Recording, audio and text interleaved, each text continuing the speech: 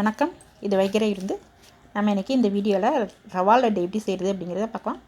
வாங்க வீடியோக்கு போகலாம். ரவா லட்டு செய்கிறதுக்கு என்னென்ன பொருள் தேவை அப்படின்னு பார்க்கலாம் வாங்க.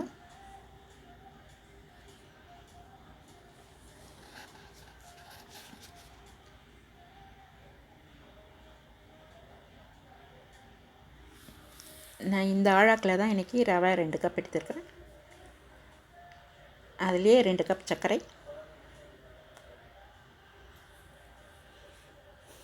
தேங்காய் 1 கப், நெய், முந்திரி, திராட்சை, ஏலக்காய்.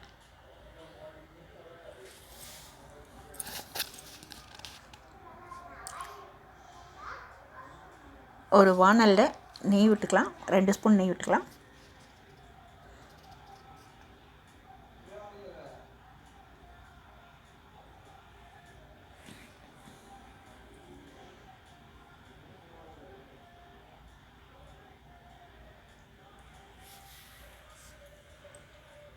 முந்திரி போட்டு வறுத்துக்கலாங்க. முந்திரி செவந்ததுக்கப்புறம் திராட்சை போடணும், இல்லைன்னா திராட்சை சீக்கிரமாக கருகிடும். ஒட்டுக்கா போட்டுட்டிங்கன்னா திராட்சை கருகிடும்.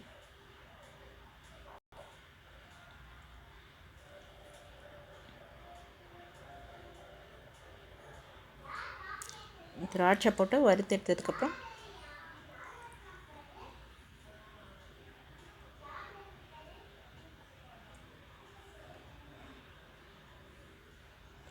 இதே நெய்லியே நம்ம எடுத்து வச்சுருக்கிற ரவையை கொட்டிக்கலாங்க.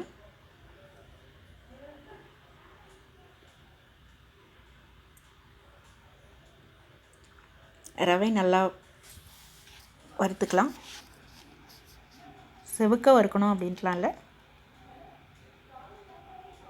நல்ல ரவை வறுபட்ட வாசம் வரும்ல, அந்த அளவுக்கு வறுத்தா போதும்.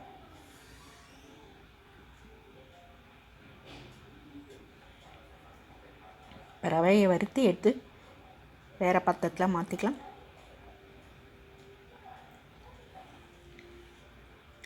இப்போ அதே வானிலையே இன்னும் ஒரு 1/2 ஸ்பூன் நெய் விட்டு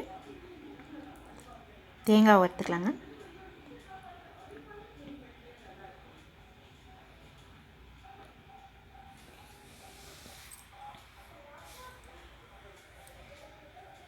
தேங்காவை லைட்டாக வறுத்தா போதும்.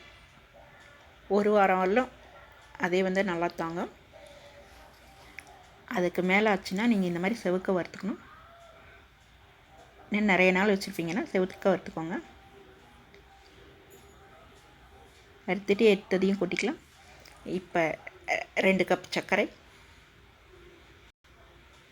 கொட்டிக்கிட்டு ஒரு 1/2 கப் தண்ணி ஊற்றிக்கலாங்க.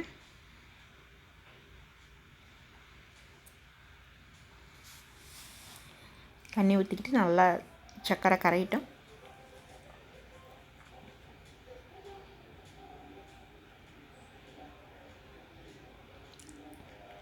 சர்க்கரை 1 கப் ரவைக்கு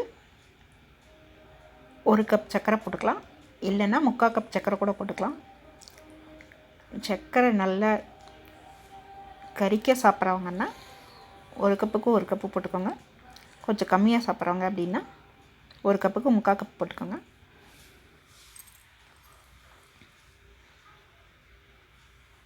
இப்போ நல்லா சர்க்கரை எல்லாம் கரைஞ்சிடுச்சு.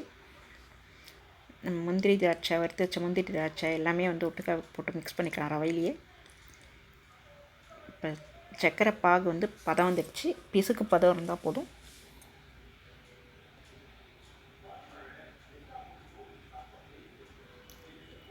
பாருங்கள், ஒட்டுது கையில், அப்படி அந்த மாதிரி பிசுக்கு பதம் இருந்தால் போதும். இப்போ ஸ்டவ் ஆஃப் பண்ணிட்டு ரவையை கொட்டிக்கலாங்க. ரவை கொட்டிட்டு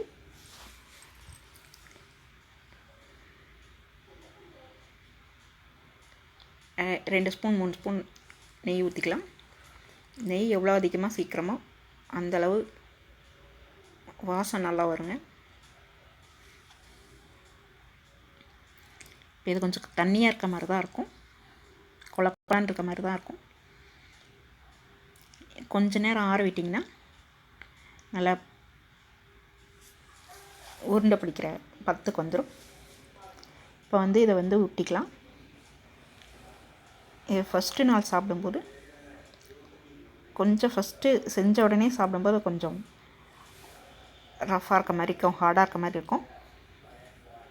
ஊறிடுச்சுன்னா அப்புறம் சாஃப்டாகிடும், நல்லாயிருக்கும்.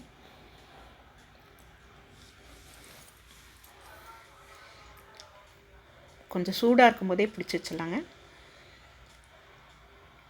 உங்களுக்கு ரொம்ப பிடிக்க வரல, உதிர்ந்து வருது அப்படின்னா காய்ச்சின பால் 1 ஸ்பூன் ஊற்றிக்கோங்க. 1 ஸ்பூனாக ஊற்றி கலந்து பார்த்து பிடிச்சிக்கோங்க. சூப்பரான டேஸ்ட்டான ரவா லட்டு தயார். உங்களுக்கு இந்த வீடியோ பிடிச்சிருந்தால் நம்ம சேனலுக்கு லைக் பண்ணுங்கள், ஷேர் பண்ணுங்கள், கமெண்ட் பண்ணுங்கள், சப்ஸ்கிரைப் பண்ணி பெல் பட்டனே அழுத்துங்க. நன்றி, வணக்கம்.